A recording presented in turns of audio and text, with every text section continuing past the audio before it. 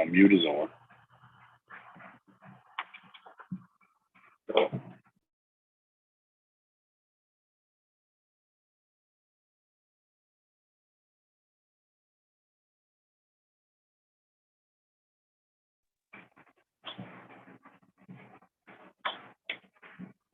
All right. Here we go. You are here with the Guru's Rank, and it's not going to be that long today. We are going to discuss Colorado football and the interview with Joe Klatt. Talk a little bit about Sheduer Sanders, the quarterback, and Cormani McLean is coming to town. I'm not sure where he's been, but he's coming, as they say in Colorado. First of all, I'd like to start out with Deion and his foot. And I think people have known for a while that he's had issues with his foot, from years of playing sports, football, basketball, track, baseball, and, those metatarsals down there in the foot, when you're playing high performance sports, it'll take a toll on him. Those are little bones. And, I will say that I hope he doesn't lose his foot. I pray that, his health stays intact and that everything goes well for him from a health standpoint. However, if they have to remove the foot and it's going to save his life or give him a better quality of life, then that really needs to be considered as well. I think there's no other alternative than to have that happen. Now, as far as that, how does that pertain to coaching? It's going to be difficult. To have a surgery like that, and he says he has downtime right now when really there's no downtime. But if there is, especially for a surgery like that, as the team is getting prepared, for this brutal season that's coming ahead. And I say that because this beautiful game of football, that's exactly what it is. And it would be best, it would serve him best if he just would take that time off and heal, because obviously the foot is not going to get any better. He can't feel the bottom of it. That is pretty serious. That lets you know there's nerve damage. There's not proper blood flow, which leads to, the foot basically rotting. You have to have blood circulation all throughout your body. And where there's no blood circulating, there's a serious problem. And the effect it would have on him as far as coaching is basically being able to travel, right? You have to go into top recruits' homes and pitch them on why they should come play for you. Then the other part is, just the mobility of being able to roam the sidelines. You have to be able to move up and down the sidelines. And I'm not sure how well a remote control wheelchair would look in big-time college football. I understand, I do see that they did it at Jackson State, but this is a whole different animal right here. We're talking big-time college football, bright lights, lots of players, lots of media. I just don't see how it works. So that's a concern that I would have if I was the CEO of Colorado, is his mobility and how exactly is that going to work. I know where his focus is, but, Father Time comes in, you play professional sports for a long time, your body's going to fail you. Football is not exactly great for your body, but if you happen to get lucky and have the right surgeries and stay on top of your care, you could live a pretty decent life. Most players, not all. just because it's just so much trauma to your body. But enough of that. That's another story for another day. As far as him being able to go through this surgery and then somehow miraculously return to the sidelines in time for the season, that's definitely a stay tuned, wait and see approach to see how that turns out. And again, like I said, I'm praying for him to come out well on this. Another thing is, I watched the video with Joe Klatt. It was a pretty good interview. I'll have to give Joe Klatt some credit. Like, he wasn't real rough on him, but he didn't go exactly easy on him either. You know, I'm sure Deion had a talk with him before the show. He kind of knew where the questions were, that he wasn't going to make Colorado football look bad or make him look bad. And so the interview proceeded. And, you know, he talked, one thing that Joe Klatt, you know, wanted to talk about was him being from Colorado, following Colorado football all his life, and then being a quarterback for Colorado. One thing that people was going to have concern about was the culture. Deion really didn't want to touch that. You know, his response was, well, what is culture? You know, and he wanted Joe to explain it to him. When in turn, he was asked the question. Deion was asked the question, what is culture? I think he gave him time to deflect so he can think about what he wanted to say. And he really didn't give a clear answer as to what culture was, other than, you know, structure, discipline. Like, and what I believe Joe was talking about is the type of players that he's bringing in. If you watch the well-off media and all these other media outlets that Deion has following him, you know, if you're from Boulder, Colorado, which is damn near majority white, you know, 90-something%, that they're used to looking at a certain kind of player that comes through. Granted, they've had a lot of black players, you know. I know that. I think everyone else does. But all the jewelry and the gold teeth, and, you know, this is not what Colorado is used to seeing. They're used to seeing men who are buttoned up, you know, and, you know, respectful. And I'm not saying that these young men are, you know, but they're being perceived a certain way by Colorado fans. And I think that's obvious. They're not used to this. And you bring in the coach who's bringing in, I think when he mentions culture is like, you know, he loves his Florida boys. And I'll be honest with you, Colorado players, Colorado fans, they want to see some homegrown talent. They want to see some Jeff Campbells and Joe Klatt types that come through there who are homegrown. Charlie Offerdahl, who I believe the only reason he's still on the team is because he's, you know, from Littleton, Colorado, and Deion says he's a dog, but where is he going to get minutes? Why didn't he get let go like everybody else? I mean, he is taking up a spot, so we'll see how he plays. You know, I'm not advocating for him to be released, but I'm just saying, like, you know, that was a weird move to, like, keep him and get rid of some other players. Not the ones that you booted out, but not the ones that could have stayed if they wanted to, but the ones you booted out. So when Joe Klatt talks about culture, you know, I don't think Deion had an answer for him. I think what Deion has is his idea is like, look, I have to get talent in here. I got to recruit my guys. And there's guys right now, because if you also listened to the interview, he said, hey, if we basically go down there to TCU, Fort Worth, Texas, and lay an egg, then a lot of these guys aren't my guys. They're going to be replaced. And so it's a business. You know, it's a business with this culture. He knows what kind of players he needs and wants. And Colorado, the people who follow Colorado football for years and years know what kind of players he wants to get to. All right, so keep that in mind. And not that that's a problem, you know.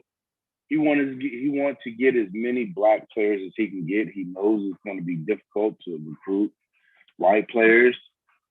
Uh, because he really didn't have to recruit any at Jackson State. He had a few, but he really didn't have to recruit any. And people in Colorado, they want to see people on the field that kind of look like them. That's just how it is in life in general. People want some representation, and that's probably where there's a disconnect out of all the good things that Colorado is having going on right now. I'm saying right now because the season hasn't started yet. They want that representation, and I don't blame them. They're out there. They just have to be wanted, and it's up to Deion's job to want those local players from Colorado who grade out high, coming out of high school. And this says something about coaching.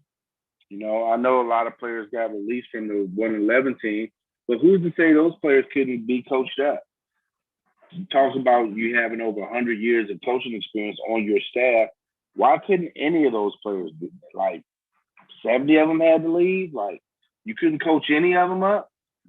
That they weren't salvageable or they couldn't get better coming into the 2023 season? That's a concern for me. You want your players, but we also know, like, wow, you're a coach. You're supposed to make players better,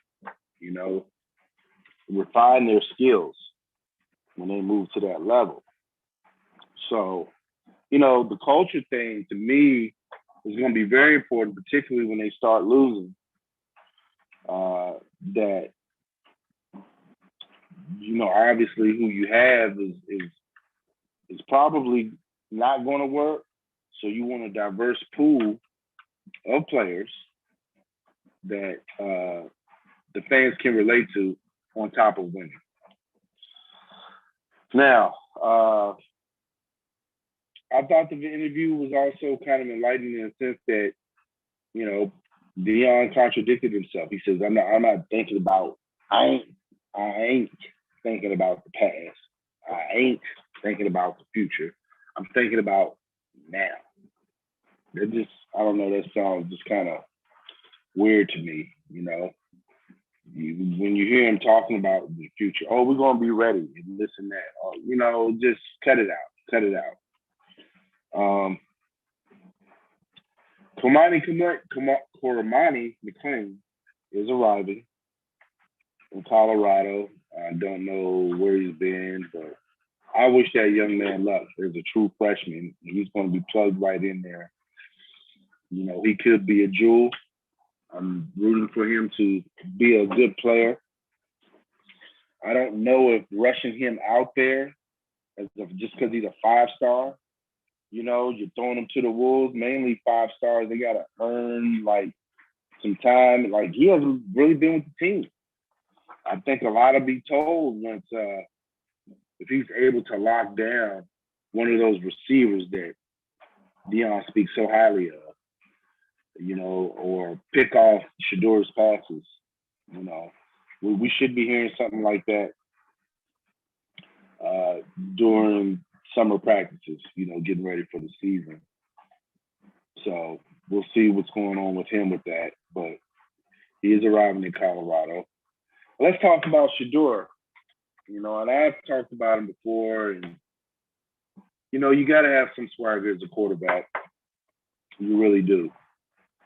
And I think he was he's doing a little too much. Like I said, with the teeth and the jewelry. I just hope he backs it all up. He's going to have to, because they'll be waiting for him in the press conference room when he's done after the game. And listen, I'm not saying the man can't play. I'm not saying the young man can't play. Excuse me. He's proved at Jackson State that he can play. He can throw the ball. Regardless, his mechanics aren't the best, but he can throw it. It looks like he has a little more velocity on his ball from what I'm seeing in highlights during the summer. few videos I have seen of him. But really, this is going to be a come to Jesus moment for a young man, who's kind of been shielded. Like, keep in mind, Jackson State flipped their roster. They brought in big guys. They brought in guys who could like block anyone in the SWAC pretty much. He didn't really get touched. He really didn't feel a lot of pressure when you throw 40 touchdowns. I mean, 7 interceptions, something like that. Those are really good numbers. But you did it with a stacked D1 roster versus lower level SWAC roster. So, and I'm not saying, okay, well, he still did it. Yeah, that's fine. That shows that, okay, he's competent. Now you're going to get, you're not going to have that kind of time or protection. You're going to go up against some, not to say that you didn't go up against good defensive coordinators, you didn't go up against top talent. And, playing in the Pac-12 is going to be that come to Jesus moment simply just because of the fact that you're going against 5-star, 4-star players who are battle tested. They're not going to have any freshmen starting against you. They're not going to have any sophomores on defense. Probably not that many starting against you. There's going to be upperclassmen, seniors, graduate students. So you're going to get some real experienced players coming out. And he's going to have to respond. I know Deion believes with all his might, and as he should, that his team is going to go down there ready to compete. Although they're basically favored to get blown out by at least 24 points. We'll see. But that's what it says. And I just want to know, like, can they answer the bell? We don't really know what's going on there. We're not hearing like, well, man, like Sheduer is throwing this big touchdown pass, or the receivers are just snagging everything in the air. He's got the look. The players have the look. They have the size. Do they have the moxie? Do they have the experience? Yes, God will call this the redeem team because these players are going to get to play. Whereas before, they were just bench players or role players. A lot of them that were already at the D1 schools, the big schools, the FBS schools, not the FCS, which is, lower level, Jackson State, that title. And, Deion can't, he knows he can't dunk anyone. So that right there with Sheduer, and like I said, the young man's won a lot of games.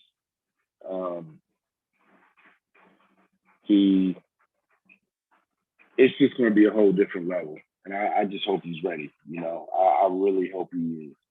I hope all this media stuff that they're putting out is worth it, because yes, I am one of the critics. I don't hide it. People call me a hater. People call everyone a hater who doesn't speak up for Deion in Colorado. And if you happen to be white and you speak against him, then you're a racist.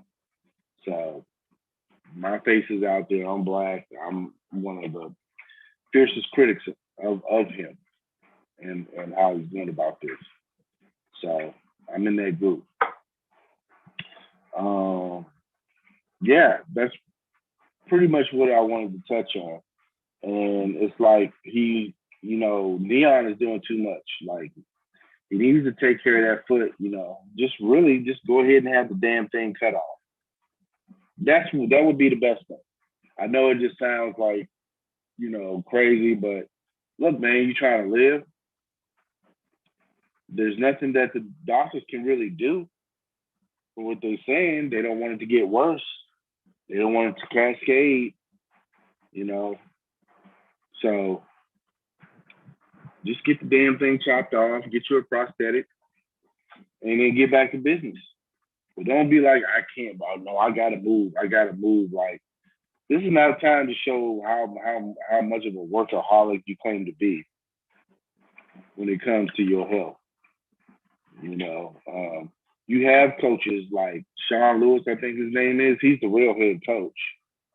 He's the one who's running all of the offense. Deion is not putting in anything. He's not. He probably can't even read the chart like a real offense coordinator. But him holding it, looking there, and having the headpiece on, talking to someone, saying, "Hey, what play you running?" We can't hear him say that. Watching on TV makes him look good. Like he's not really. And the thing also is that he mentioned that he was a CEO. He's not a CEO at Colorado. He's the head coach, but he's not the CEO. And he has a problem. He doesn't have a problem with NILs, name, image, and likeness, but he has problems with collectives. And let me explain to you why he has a problem with collectives, just so we can see how tight of control that he really wants to run. But Colorado's saying, nah, we're paying you to coach, and we're giving you money for your staff. But if we see a player that we like, and we want him at Colorado, we're going to get him there. Now, the problem with the NILs, the problem with the collectives is that that's pretty much through the boosters, right? And let's say you have a 5-star player, one of the top 10 players in the country coming out of high school. He's thinking about coming to Colorado. Not really, but Colorado's like, look, we'll give you a bag if you come. And that player is like, how much? Such and such. We're gonna give you $800,000. Well, that's going to piss Deion off because that player is going to get that bag, and then Deion has to coach him. And it doesn't matter what Deion says because that young man is getting paid. That means he'll have as much clout as power as the coach. Because when you spend that kind of money for a player, he's not going anywhere. And I think that's pretty much saying like, hey, you know what? We pay you to coach. You coach this player. You understand? You let us handle how we get players in. We're not just going to let you select them. Now, if it turns out that somehow, a miracle, they perform well this year all through the season, then they'll back off. But they know, listen, they're never going to win a national title again. Not while he's there. It's just not going to happen, Is he going to beat Georgia? Is he going to beat the Alabamas? Is he going to beat the Ole Misses? Like, they probably can't beat 18 in the SEC. The lowest team in the SEC could beat Colorado. So those are the kind of players that Colorado wants. And those are the type of players that Deion cannot get. And so that's where the collective comes in. Look, we're trying to help you out. Deion would rather them prove themselves before they got all that money. So you mean to tell me that your son's $1.2 million or whatever, that he has the NIL money, he somehow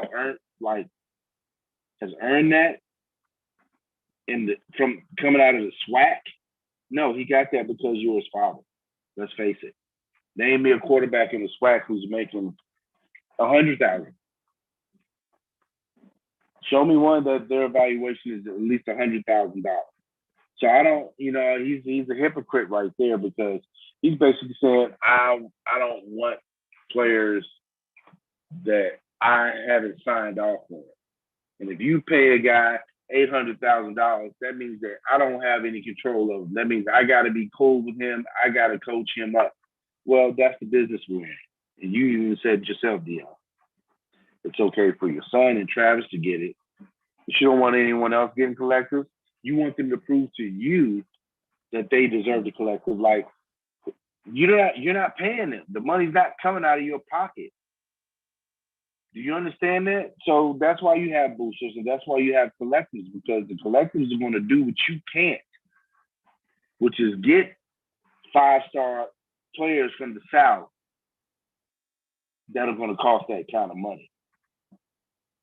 I haven't heard of one big recruit outside of Travis Hunter and Cormani McLean that you have. That's like those are just like two players that are highly, highly recruited.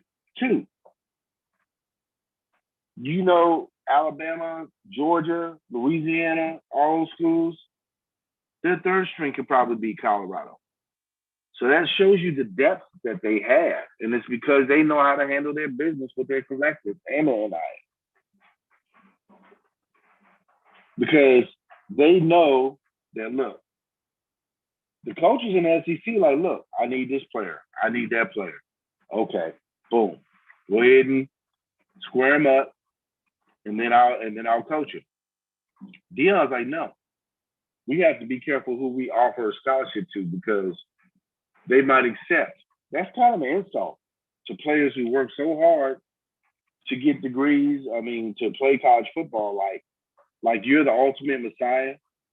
Well, why even talk to the kid if you don't want him there? Why even? Like that was, I know he was joking when he said it, but he really wasn't. He was serious. You know, we got to be careful who we offer because they might accept. That means you want control over. That player might not even be the dog that you claim you want. So, yeah, you know, I had an issue with him, you know, with the collectives because that's strictly boosters taking care of players and then bringing them into him and say, hey, coach this guy. He's a 5-star. You've already given him a bag. It's your job to coach him. And Deion doesn't like anyone he doesn't have his thumb on. While the other coaches in the SEC, they're confident in their coaching staff and they're confident in themselves to be like, get me. Get him in here. I don't care if he's making $100,000. I get him in here. I'm going to coach him up. So that's what I had to say about that. All right. Well, that's pretty much all I had to say, touching on the interview and Deion's health. And again, Sheduer, yes, he had great statistics, you know, at Jackson State. And maybe he'll have it at Colorado. We'll see. We don't know. But things need to slow down. This man has Deion has a health emergency. Yet everything's still supposed to be going on. His coaches are coaching out of fear because I guarantee you, if they tank this year the way I think they are, he's gonna fire a lot of them. And again, that offense, I don't know. I just don't think it's gonna work like that. I don't think he has they better be in great shape, but again, going against players who got technique, you know, defenses that are going to be scheming for them, you know, with elite players on first, second, and third string. So, all right, that's it with the Guru. You know, it's just one of those shows. So thank whoever watched and thank you on a rewatch. I'll see you next time. Peace.